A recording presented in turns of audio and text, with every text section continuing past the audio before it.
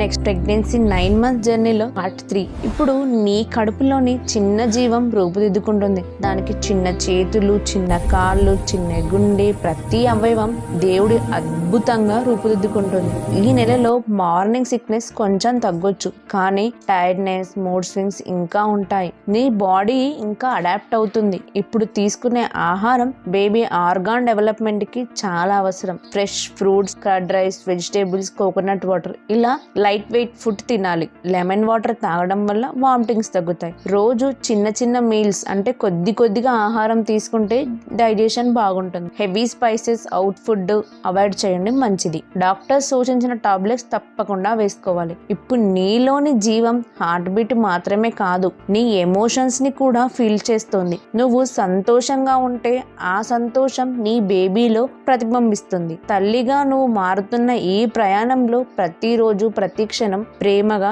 జాగ్రత్తగా సాగిపోవాలి.